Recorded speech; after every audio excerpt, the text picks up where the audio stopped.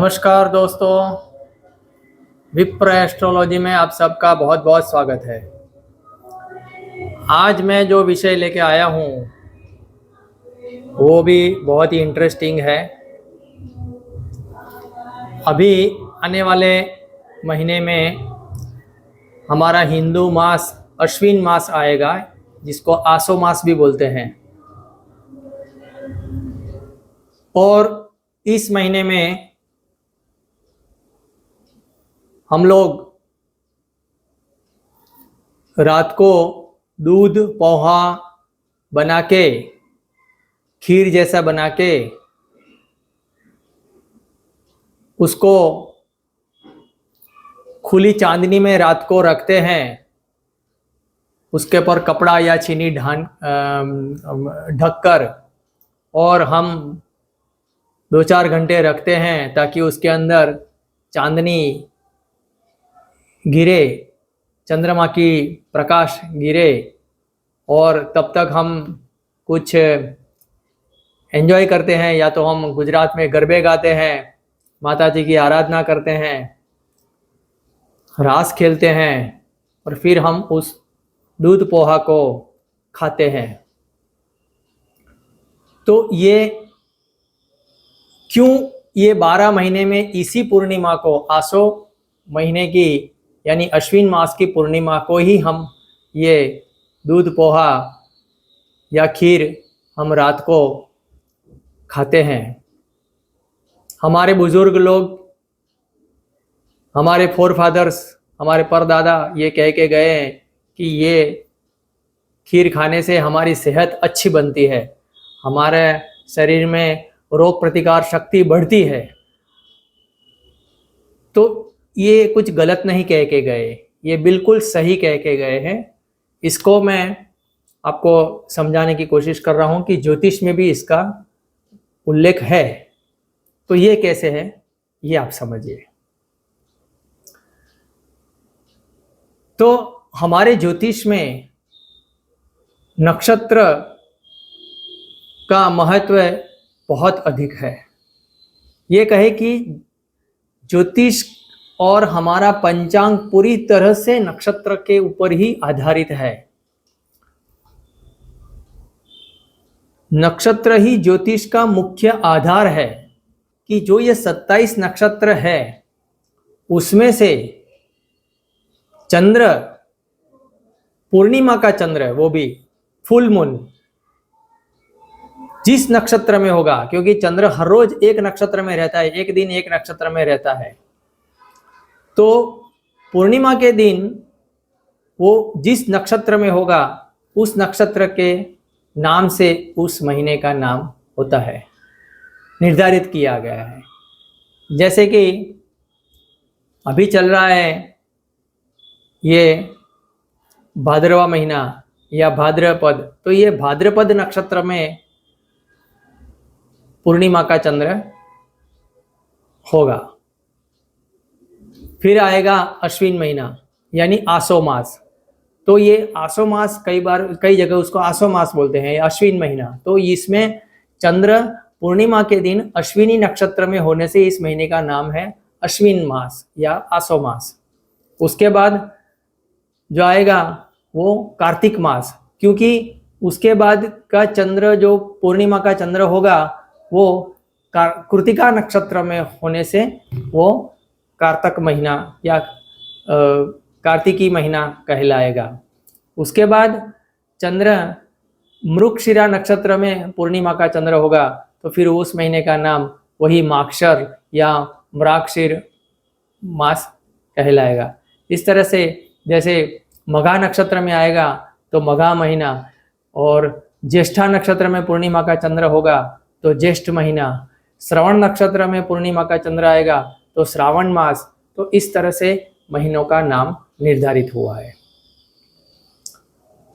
अब आते हैं मुख्य पॉइंट पर कि ऐसे करते करते ये जब अश्विनी नक्षत्र में, जो कि अब आने वाले थोड़े ही दिनों में अश्विनी नक्षत्र में पूनम के दिन चंद्र, पूनम का चंद्र, पूर्णिमा का चंद्र अश्विनी नक्षत्र में होगा, वो आसो मास कहलाएगा। उस दिन लोग, ये मैंने कहा वैसे, दूध पोहा बना के फिर उसको रात में चांदनी में फिर खाएंगे। तो उसका सबसे महत्वपूर्ण ये चीज है वो समझनी पड़ेगी कि जो अश्विनी नक्षत्र है उसके देवता कौन है।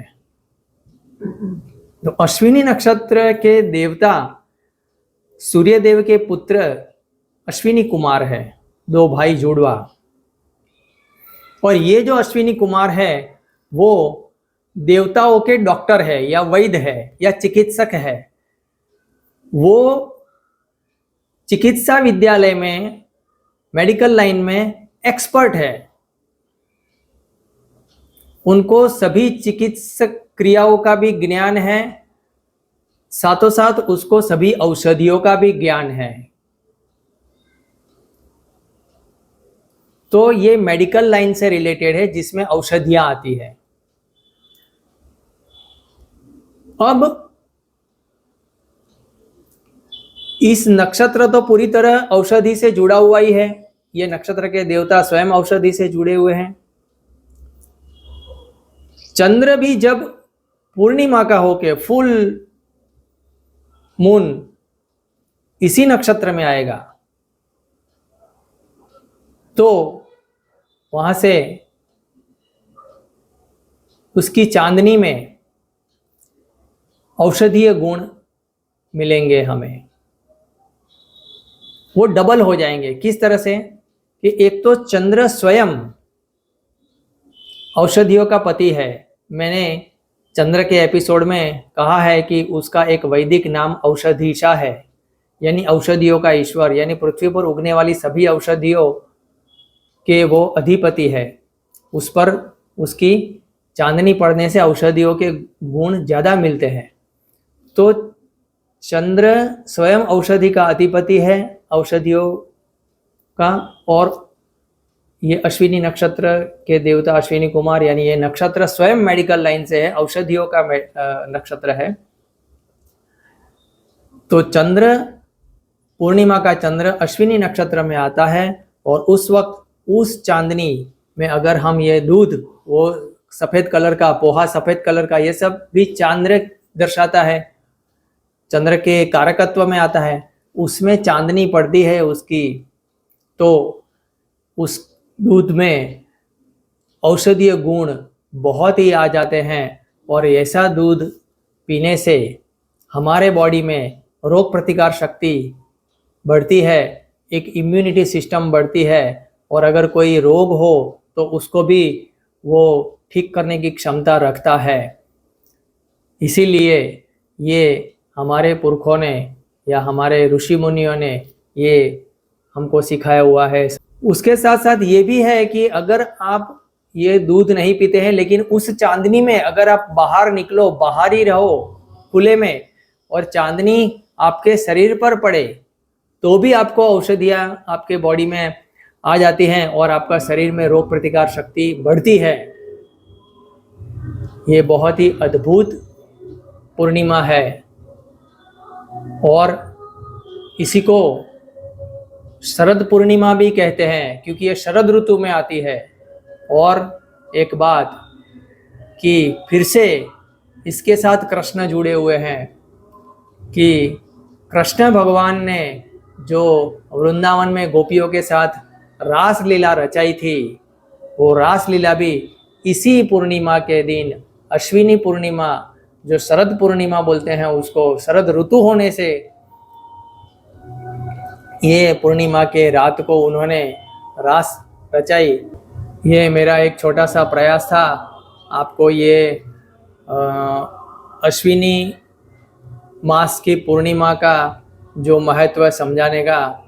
हो सके तो आप इस पूर्णिमा के दिन दूध पोहा, अंदर और भी शक्कर डाल के और खीर जैसा बना के ड्राई फ्रूट वगैरह डाल के छत पर रखिए, थोड़ी देर उसके अंदर चांदनी गिरने दें और फिर उसका सेवन करें।